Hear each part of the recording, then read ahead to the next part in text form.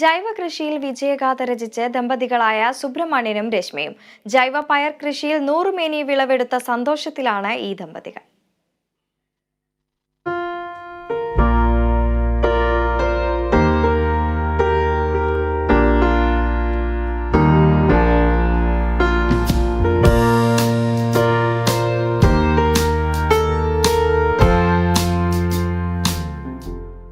അധ്വാനിക്കാനുള്ള മനസ്സും അല്പം ക്ഷമയുമുണ്ടെങ്കിൽ ആർക്കും കൃഷിയിൽ വിജയം കൈവരിക്കാൻ കഴിയുമെന്ന് തന്റെ വിജയഗാഥയിലൂടെ തെളിയിക്കുകയാണ് കുട്ടമ്പേരൂർ തട്ടാരുപറമ്പിൽ സുബ്രഹ്മണ്യനും ഭാര്യ രശ്മിയും.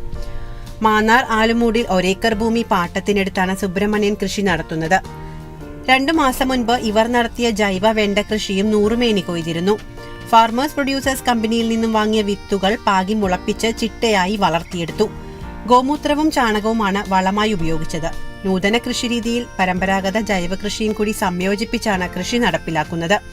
ദിവസവും 2 നേരം സുബ്രഹ്മണ്യനും ഭാര്യയും കൃഷിയിടത്തിലുണ്ടാകും. മാന്നാർ കൃഷി ഓഫീസർ PC ഹരികുമാറിന്റെ നിർദ്ദേശങ്ങൾ കൃഷിക്ക് സഹായകരമായെന്നാണ് സുബ്രഹ്മണ്യൻ പറയുന്നത്. നാടൻ രീതിയിൽ നാടൻ പശുവിൻ്റെ ചാണകവും മൂത്രവും കൊണ്ട് തന്നെ വളവും കീടനാശിനിയൊക്കെ ഉണ്ടാക്കി തളിച്ചാണ് ഈ പയർ കൃഷി ചെയ്യുന്നത്. പിന്നെ വെണ്ടയായിരുന്നു നമുക്ക് ആദ്യം, അത് കഴിഞ്ഞ് പയർ, ഇനിയിപ്പോൾ വെള്ളരി വരുന്നു, വെള്ളരി ഇട്ടിട്ടുണ്ട്, കുക്കുംബറ്, ചീര ആയി വരുന്നു, പിന്നെ തക്കാളി, വഴുതന, ഇതെല്ലാം ചെറിയ രീതിയിൽ തുടങ്ങിയിട്ടേ ഉള്ളൂ. ഈ പയർ തീരുന്നതനുസരിച്ച് മറ്റുള്ള കൃഷിയൊക്കെ വന്നുകൊണ്ടിരിക്കും. മക്കളായ കാർത്തികയും ദേവദർശിവും കൃഷിയിൽ സഹായത്തിനൊപ്പമുണ്ട്.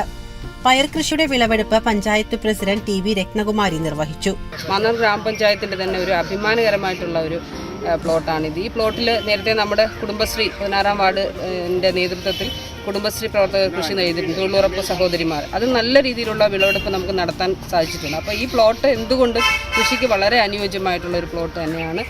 ഗ്രാമപഞ്ചായത്ത് സ്ഥിരം സമിതി അധ്യക്ഷൻ VR ശിവപ്രസാദ്, പഞ്ചായത്ത് ആസൂത്രിത സമിതി ഉപാധ്യക്ഷൻ തോമസ് ചാക്കോ, സുഭാഷ് കൃഷ്ണ തുടങ്ങിയവർ സംസാരിച്ചു. Kerala vision news, Alappuzha.